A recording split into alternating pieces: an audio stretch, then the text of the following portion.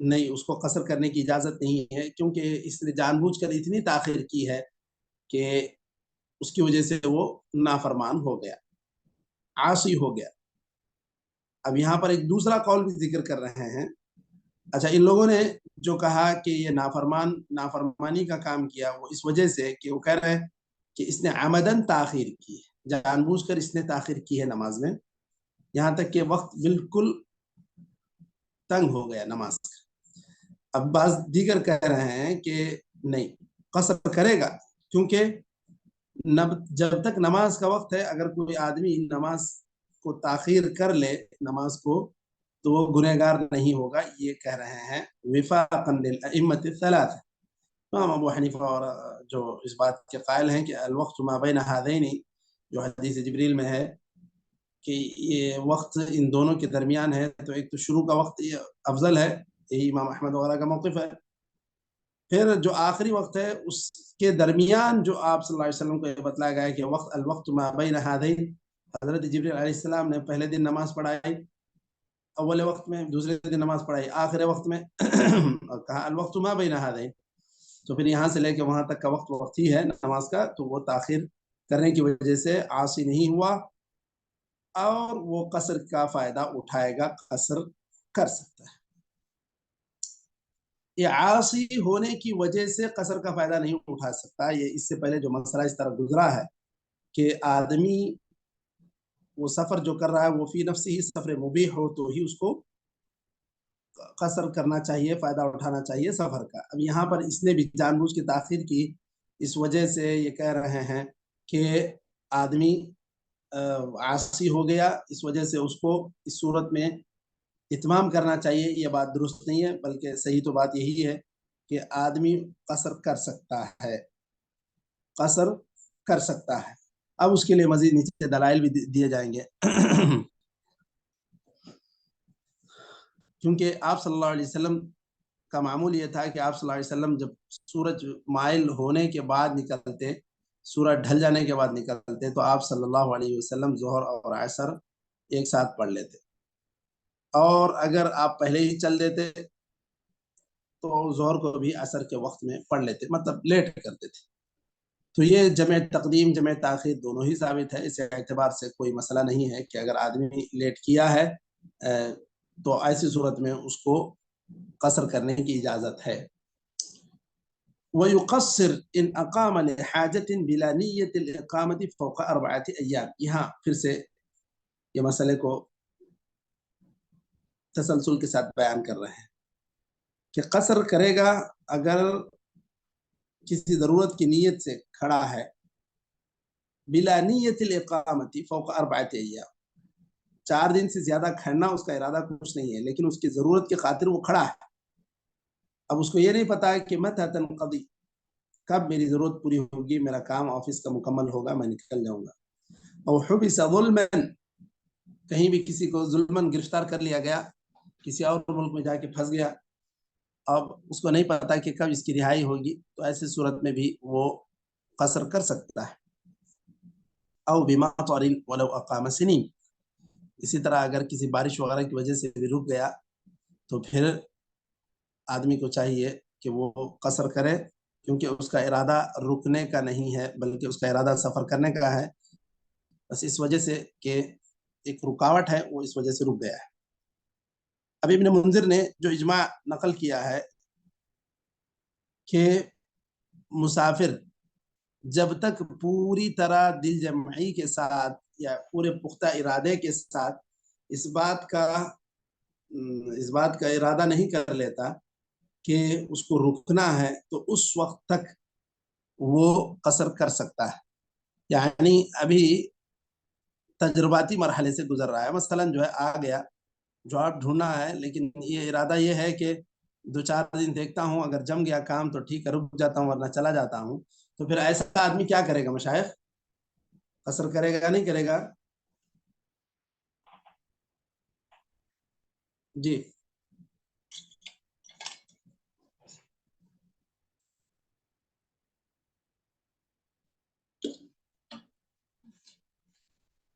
جی مشائخ ایک آدمی 2-4 دن دیکھنے کا ارادہ رکھتا ہے، ابھی پوری طرح اس کا ارادہ نہیں ہے رکنے کا، ٹہرنے کا،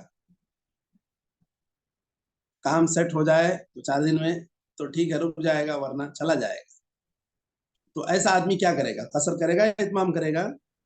قصر کرے سے، جب تک وہ ایسی نیت قصر میں ہے تو قصر کرتا ہی رہے گا. جی بالکل صحیح بات ہے، قصر ہی کرے گا، کیونکہ ابھی اس کا پوری طرح ارادہ نہیں ہے یہاں رکنے کا یا کہیں بھی جا کر رکنے کا، جم جانے کا. تو ایسی صورت میں اس کو قصر کرنے کی اجازت ہے. نبی کریم صلی اللہ علیہ وسلم تبوک میں ٹہرے رہے، 20 دن تک آپ صلی اللہ علیہ وسلم نے قصر کی نماز آپ نے قصر کی. اسی طرح آپ صلی اللہ علیہ وسلم مکہ جب فتح کیے 19 دن وہاں پر قیام رہا آپ صلی اللہ علیہ وسلم کا، تو صرف 2 رکعت ہی آپ پڑھ رہے تھے. تو یہ آپ صلی اللہ علیہ وسلم برابر 19 دن ٹہرنا ہے یا تبوک میں 20 دن ٹہرنا ہے، یہ طے کر کے نہیں گئے. جس مسئلے کے لیے گئے ہیں اگر وہ مسئلہ حل ہو جاتا ہے تو فوراً نکل آئیں گے، نہیں ہے تو کچھ دن رکنا پڑے تو رکیں گے. اسی سے یہ دلیل لی جا رہی ہے کہ اگر آدمی کا ارادہ پوری طرح رکنے کا طے شدہ مدت تک اگر نہیں ہے، کسی کام سے متعلق ہے، تو ایسی صورت میں وہ قصر کرے گا، چاہے 10 دن ہو، چاہے 20 دن ہو، چاہے اس سے زیادہ کیوں نہ ہو. حضرت انس رضی اللہ عنہ بیان کرتے ہیں کہ بعض صحابہ کرام رام ہرمز گئے تو وہاں پر انہوں نے 9 مہینے قیام کیا اور وہ قصر کرتے رہے.